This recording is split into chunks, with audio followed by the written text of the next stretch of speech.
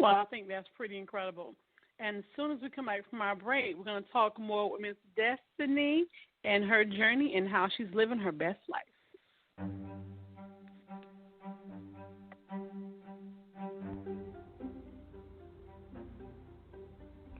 Hello, everyone. This is Kay with your trending news for today.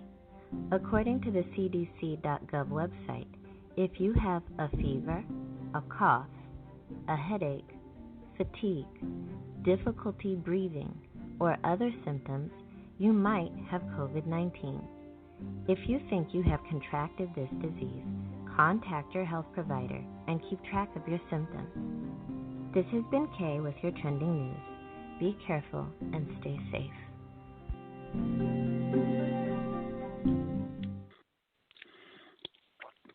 Definitely. Please be careful and please stay safe because COVID-19 is definitely still on the rise, and there's people daily contracting it. So absolutely.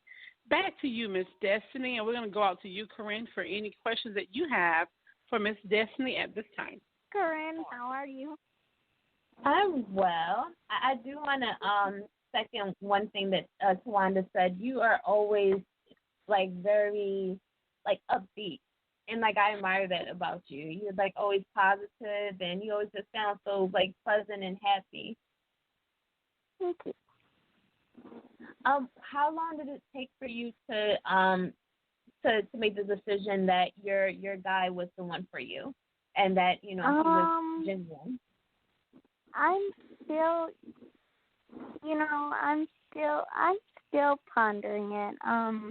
2 years later, it's not so that he's the guy for me. It's more that, he shouldn't have to deal with as much as he does for me. So I still ponder it sometimes, but he definitely makes me feel like I made the right decision, but I still definitely ponder it sometimes. Okay. And how do you decide who you're going to share the information with that you are unable to see? Is it based on a gut feeling? Is it based on a conversation? It's based on a conversation, but also I don't know. It's more of if my gut tells me that you're okay, then you're gonna know. But then sometimes it's based off a conversation whether I'll tell you or not. Okay. And I have one final question. I know I heard about Stevie Wonder some years ago, and he was given the opportunity to take a surgery where he can get sight. But he declined not to get the surgery just because I guess he was used to living his life the way that he has been. If given the same opportunity, would you get a surgery to possibly see? Oh, God. I've asked myself that time and time again, but there are so many things that I've thought about it, and I really wanted to do it. But then, what if I can't see? Right now, I can see light and dark and shadow. But what if I'm just completely, totally blind forever? Now, with the technology coming out, I am looking at different options. I have some glasses along the way, or that are coming, that my husband actually just bought me. That could make me see, and it could not make me see. But I don't think I'd go with the surgery just because if it doesn't work, then I wouldn't be able to see anything. Okay, I understand that. And I appreciate you answering my questions. Yeah, of course. Absolutely. Wow. Destiny, I definitely appreciate you sharing that information. And I want to share something with everyone that I actually shared with you, Destiny, when I initially met you. One is the story of a blind girl. I remember that from many, many years ago. And I think I read this story to you, Destiny. Do you remember? Yep, I sure do. I know exactly which story I think you're going to talk about. All right. Well, the story goes like this. There was a blind girl who hated herself just because she was blind. She hated everyone except her loving boyfriend. He was always there for her. She said that if she could only see the world, she would marry her boyfriend. One day, someone donated a pair of eyes to her, and then she could see everything, including her boyfriend. Her boyfriend asked her, "Now that you can see the world, will you marry me?" The girl was shocked when she saw that her boyfriend was blind too and refused to marry him. Her boyfriend walked away in tears and later wrote a letter saying to her, "Just take care of my eyes, dear." When you hear that story, what do you think, lady? Well, I think that just I don't know. I don't know. That story always gets me every time you tell it, just because I find myself sometimes not most of the time anymore, but sometimes I used to find myself on a daily basis, like trying to make coffee and trying to do everything, and I'm like, man, I hate myself. I want to die. I want to die. You can't have both. Me not being able to see, me not being me being in a wheelchair. I can't deal with both. So, and then I actually met somebody, and, I don't know, if he gave his eyes to me, that would be awesome. But I don't know if I could, walk away from them for that. And what it says at the end of the story is, this is how human brain changes when the status change. Yep.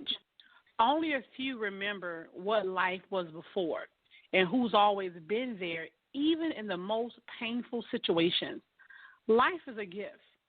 Today, before you think of saying an unkind word, think of someone who can't speak. Before you complain about the taste of your food, think of someone who has nothing to eat. Before you complain about your husband or wife, think of someone who's crying out to God for a companion. Today, before you complain about life, think of someone who went too early to heaven. Before you complain about your children, think of someone who desires to have children. Before they argue about your dirty house, someone didn't clean or sweep. Think about people who are living in the streets. Before whining about the distance you drive, think about someone who walks the same distance with their feet. And when you are tired and you complain about your job, think about people that's unemployed, disabled, that don't even have a job. But before you think about pointing the finger or condemning another, remember that none of us are without sin, or we all have to answer to someone. Life is a gift. Live it, enjoy it, celebrate it, and fulfill it. Author is unknown. And I just want to say to you, Destiny, and I'll go back out to any closing comments, I really respect you and I admire you. From the day one that I've met you, you've been nothing but joy. And I know that if things could change, and who knows what the future may hold, but right now you're still living your best life. You have a great companion. I've seen the pictures on Facebook at the different events because I want you to tell everyone what you love to do. But I've seen your husband. He's pushing you around. He's getting you in all these pictures. He seemed really humble, and he's just there for you. And that's really, really so amazing, and I'm so happy for you. So before you go, I got two last questions. My first question is, tell us, if you don't mind, when your mama found out about this guy and you guys were going to live together, what did mama have to say? And the second thing I want you to tell us what your deepest passion is in life. So I love to sing. I love music, love to sing.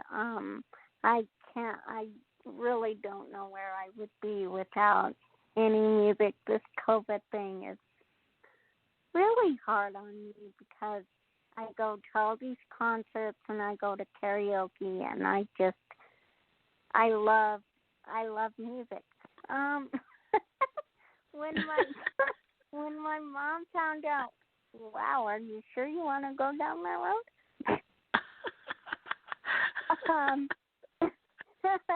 Yeah, when my mom found out, she was kind of she supported it because he did live with me for a couple months prior to me moving out of her place. So she did support it because she saw that everything that he helped me and stuff, and that's all she really wanted from me. She was also kind of against it though because it was so far away. She didn't know like if I needed help when he was at work. She can't just drive over here and poop. She'll be there. So it was a little hard for her, I think. She got a little sad, especially the day that I left. But I think she's still not okay with it. She's trying to be as okay as she can. And we FaceTime and we talk almost every day. So at least she's a part of my life, just not I'm not there. Okay. That is definitely, truly, truly amazing. Any final comments, updates, or announcements, Corinne? No, just to tell everyone to make sure they follow us on our social media and to also thank Destinee for sharing her story with us. Yeah, of course. Destinee, you have a couple more minutes. Is there anything else that you'd like to share with the world that's listening to hear all about Miss Destinee and her journey? I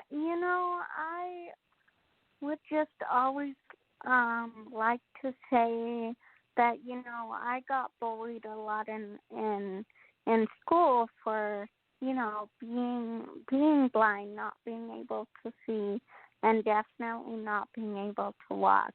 It is a double whammy. So I just kind of like to say, before you judge somebody and before you say something about somebody, just think how it would make them feel. Absolutely. Absolutely. We know bullying, unfortunately, goes on with a lot of different situations, and I hate to hear anyone being bullied, and I definitely hate to hear that you experienced that. But guess what? What doesn't kill us does make us stronger. And, honey, you are definitely a strong woman, and you are living your best life. So those people can kick rocks. All right, Ms. Destinee, thank you so much for your time investing in coming on the call tonight. Thank you so much for the transparency and sharing this information. We definitely truly appreciate it. And whatever it is your dreams are in life, we definitely send good vibes your way, and we want them to come true. All right, and thank you to everyone that's been with us, that's been listening. We're over 1,000 listeners. I'm so super excited about that. And if you haven't seen that information, you got to go to the Instagram at Real Girlfriends number 7. Great. Corinne has been definitely keeping us updated. And, man, I'm telling you, I am so, so super excited. And just remember, the best is still yet to come. Have a good night, everyone. Look forward to – I'm not sure why that thing keeps talking when I'm talking. But anyway, have a good night, everyone. Look forward to talking to you on the call tomorrow. Good night.